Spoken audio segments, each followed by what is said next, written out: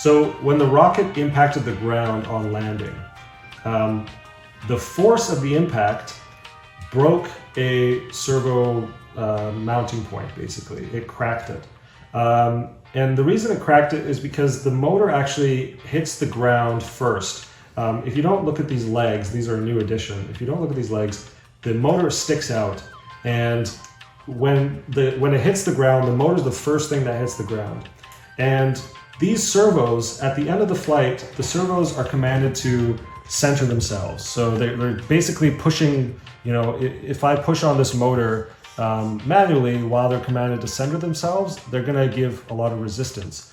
And so what happened was the ground basically pushed the motor. The servos tried to resist it, and they did, but the servo mounts were not strong enough to resist that force, and they cracked.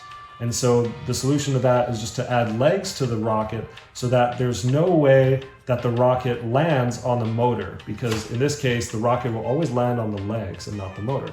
It does add a little bit of weight, but I think this is useful. It's worth it.